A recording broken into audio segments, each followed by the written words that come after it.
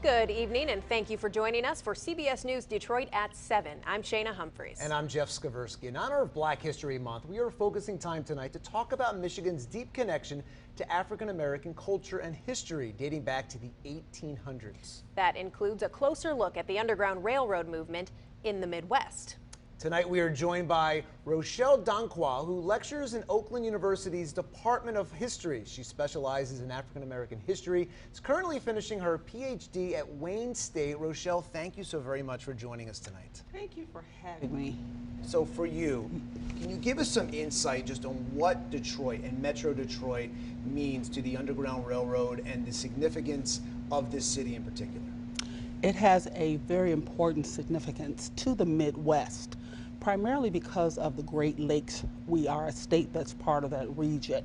Not only that Michigan is surrounded by this massive amount of waterways, but part of the movement itself. Oftentimes people don't realize that when freedom seekers, sometimes also referred to as fugitives, are escaping and coming north, Michigan is that state of a haven because of the numerous networks that connects us to the Midwest, all the way from southeastern Michigan, all the way to the southwestern, and even as well as high up north as the Upper Peninsula. So we play a very critical role of departure because we are a borderland state. And even today, there are so many sites, so many places around even the Detroit Metro that are significant to history, but you might not know it. People might not assume that. Would you agree with that? I would agree, and we still have to be careful. Underground Railroad research, along with abolition and anti-slavery, it's a difficult history. Oftentimes when people want to discuss the Underground Railroad, a lot of it is mythical, a lot of it is lore. So part of what I do as a member of the Michigan Freedom Trail Commission, which is a think tank of scholars, and these are appointments by the governor. And I've had the opportunity to serve under, I think, the last 3 governors. I've been reelected. And what we try to do is make sure we educate the community as well as Michiganders in regards to the movement. And when we find verifiable evidence, we know then we can help communities to write applications to become what they call national designations. Yeah, there were, I read, about 200 Underground Railroad stops that were discovered in Michigan back in the 1800s. And, you know, that is remarkable. And being able to get from not only Detroit, but cross borders, get over into Canada. Can you talk a little bit about what that did, those spots from First Congressional Church of Detroit, the Second Baptist Church, and those institutions, what they did to help people? In the city of Detroit, which becomes the epicenter for the movement of fugitives out of the United States over to Canada, it becomes extremely important. Not only do you have First Congregational, you also have Second Baptist, as well as you also have St. Matthew's and a host of other organizations, the Michigan Anti-Slavery Society, the Detroit Anti-Slavery Society, as well as other organizations that are all fighting vigilantly to help these fugitives get some kind of reprieve in regards to taking their own self-autonomy and freedom to Canada.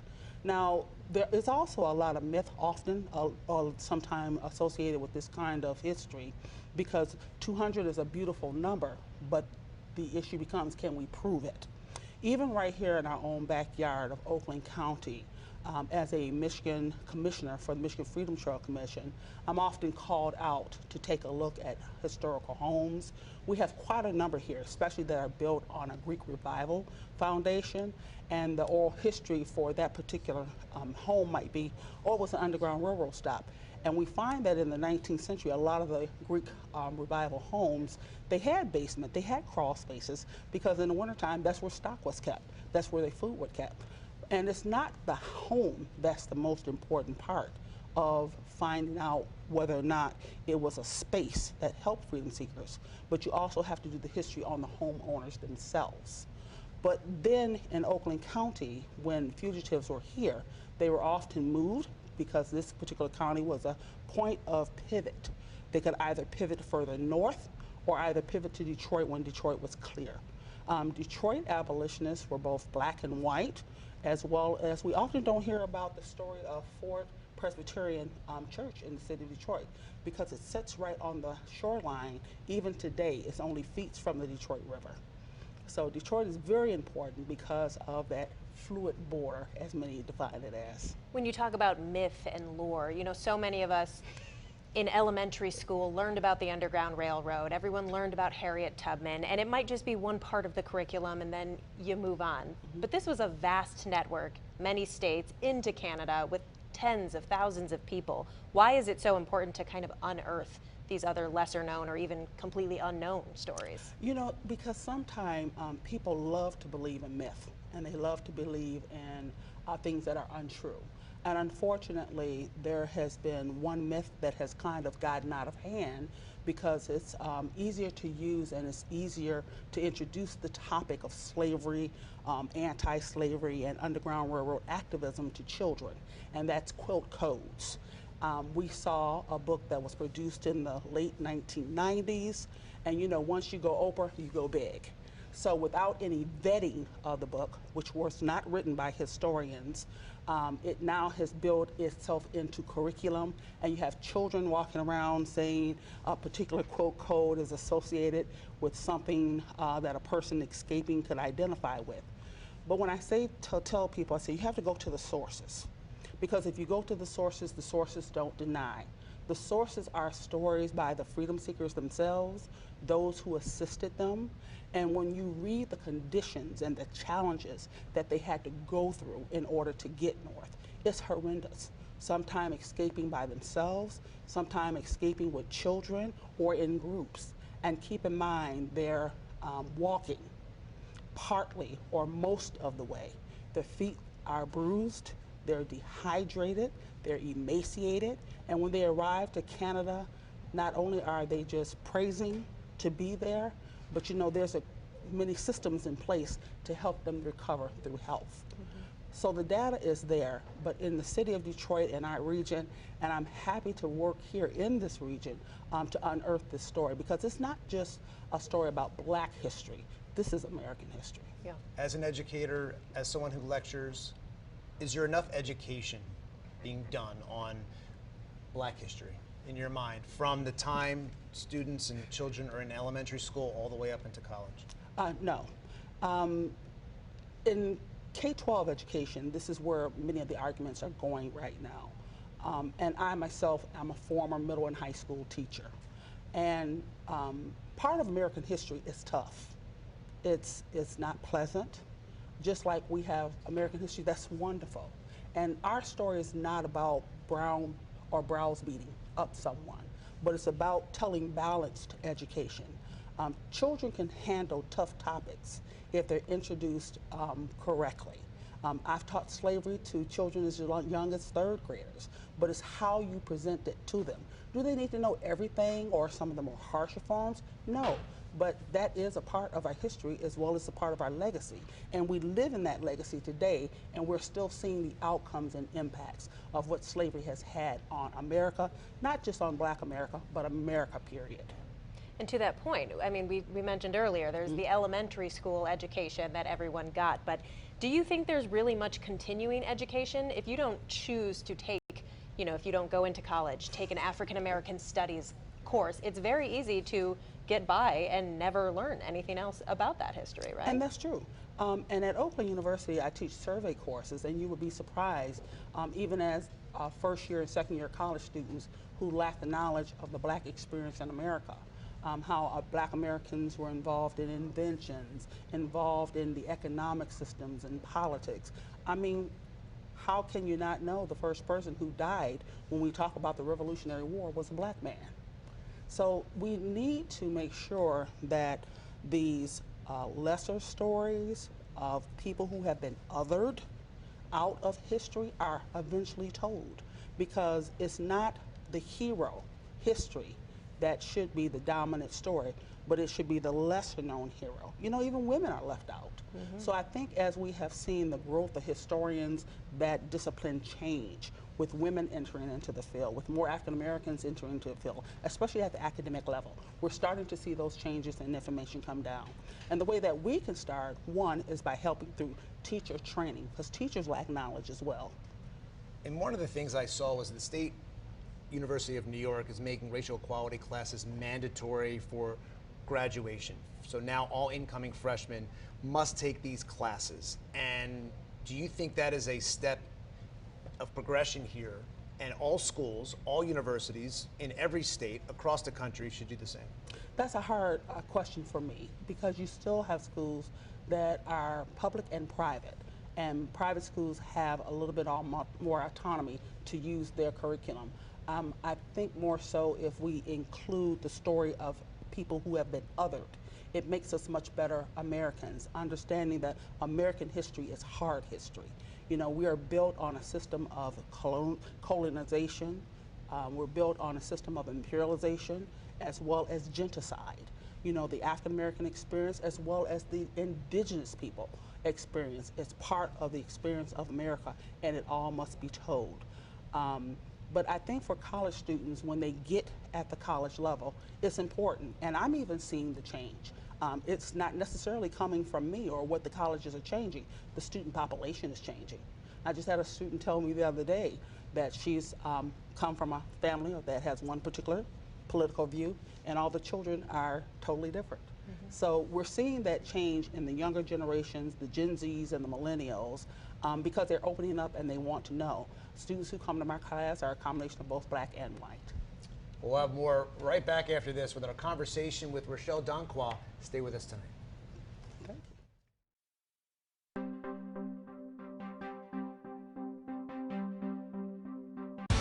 CBS News Detroit, on your block, around the clock in Macomb County. Hi, we're CBS News Detroit. But we don't just cover the news here. We're also here, and everywhere in between. You know, the places you live, work, and play in Southeast Michigan. We're talking less of this and more of the stories that actually matter to you. CBS News Detroit, on your block, around the clock. That's right, local news just found a home in your neighborhood. We're CBS News Detroit, live, streaming, and on demand. Nice to meet you. CBS News Detroit, on your block, around the clock in Wayne County.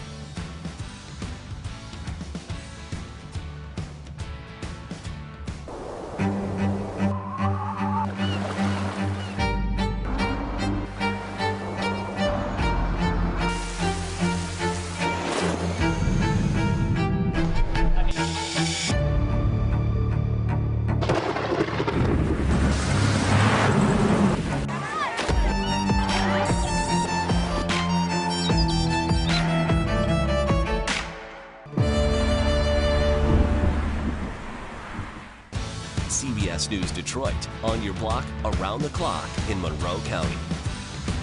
CBS News Detroit, the stories you care about. Live, streaming, and on demand. We're on your block, around the clock. Southeast Michigan news whenever you want it. We live here. We work here. From North Branch to Southgate. East Point to Westland. Wherever you live, we're here for you. Making a difference in your neighborhood. CBS News Detroit, live, streaming, and on demand. Building a better newscast, one story at a time. CBS News Detroit, on your block, around the clock in Oakland County. How would you build the newscast of the future? Expect the unexpected. CBS News Detroit. CBS News Detroit. Southeast Michigan news whenever you want it. We're ready to go live from your community. Anywhere, anytime. Live streaming and on demand. That's the name of the game. We are ready. CBS News Detroit, in your neighborhood. Live, streaming, and on demand.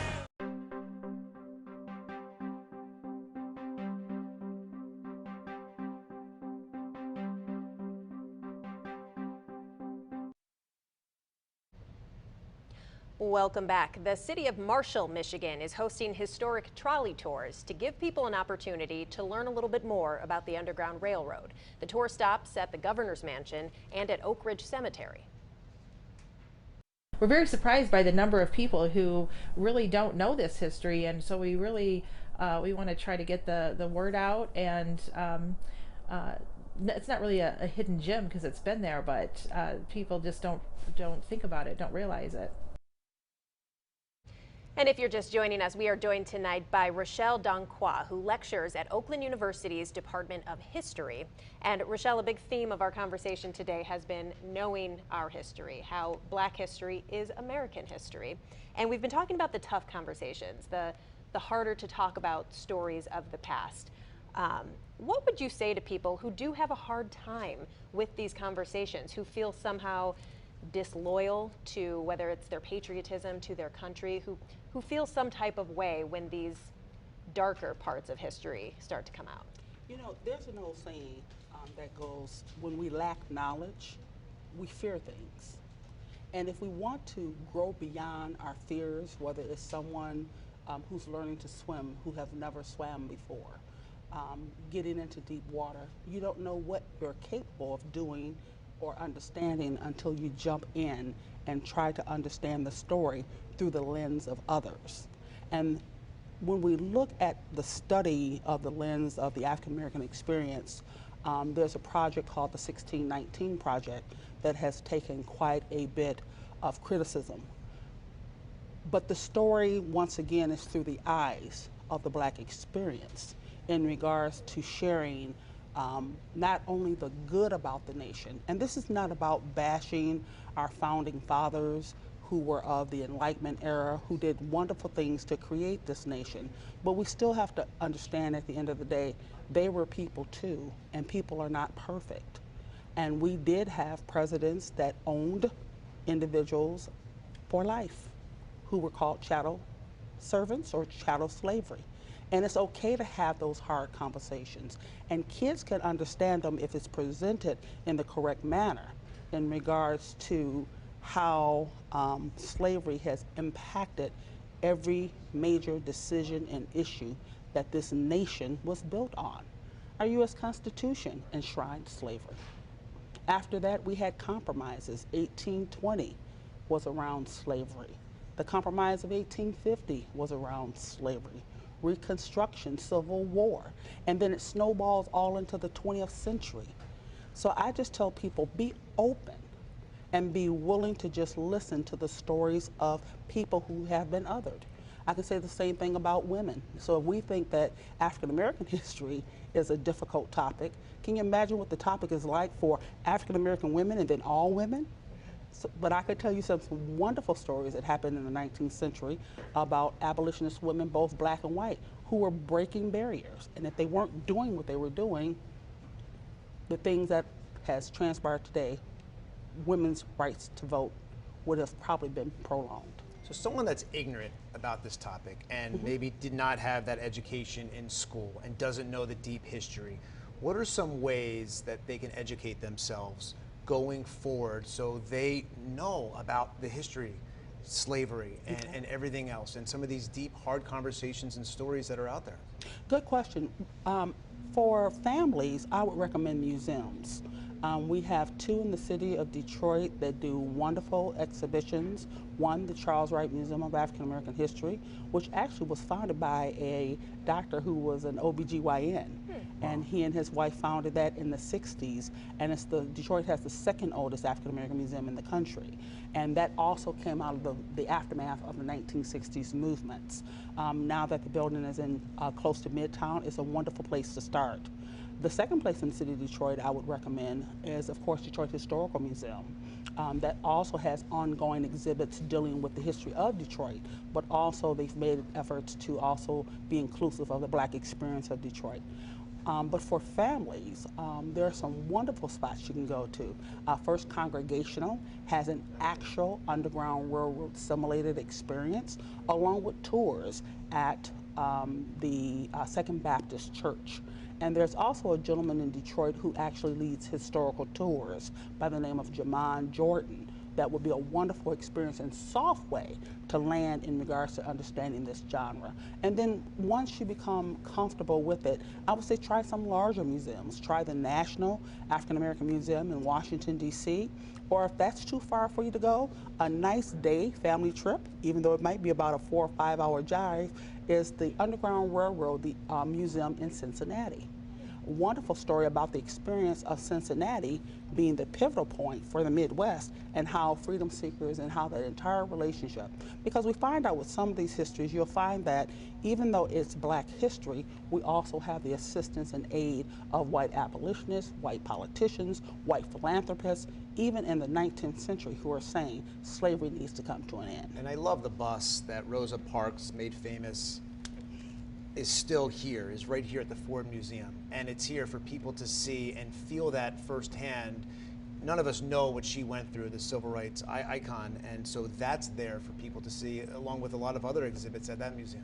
Oh, I love the Henry Ford as well. In the summertime, they do, I think, a program that's dedicated toward 19th century history.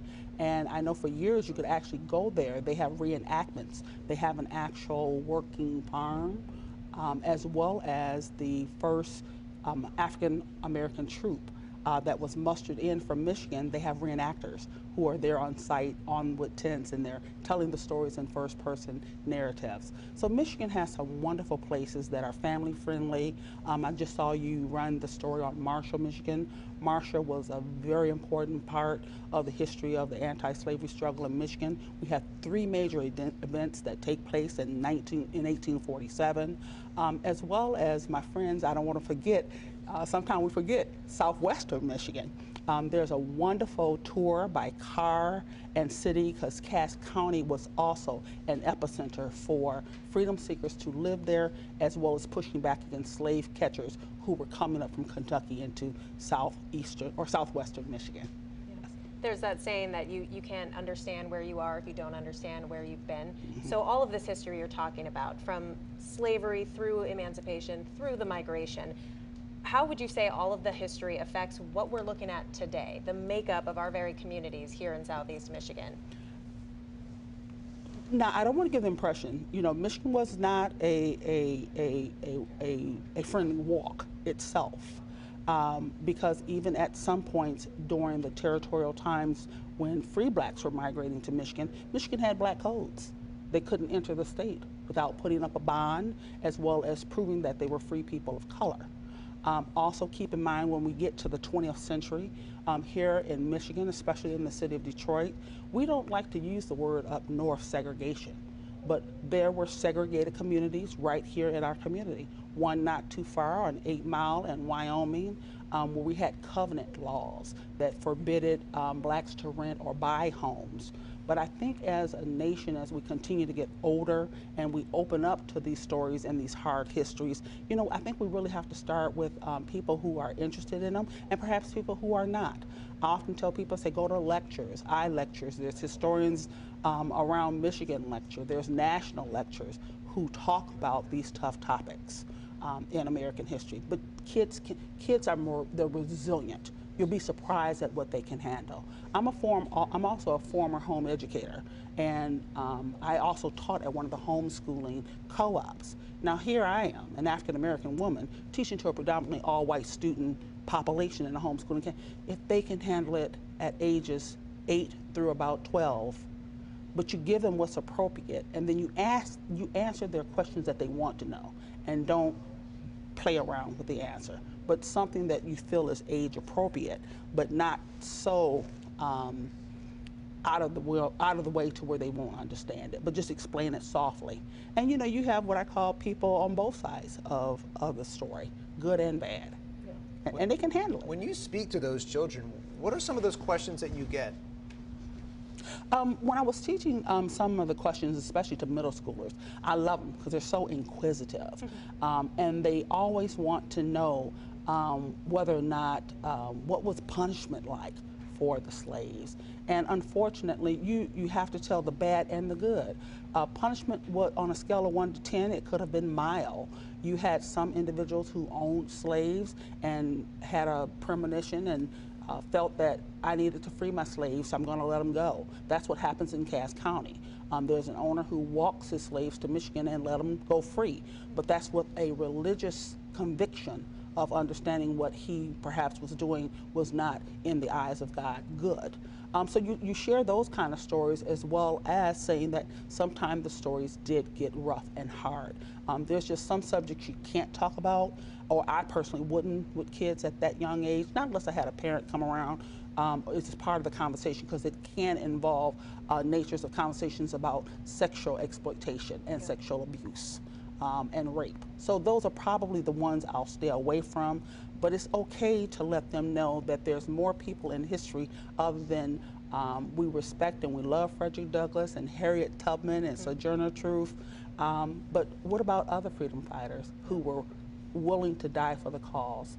And we know that African Americans most definitely were the first ones who died for the cause, because to even escape meant that it could cost you your life. Yeah. But then for some white abolitionists, they also died for the cause, like Elijah Lovejoy, who was a printer and owned an abolitionist press. He was killed.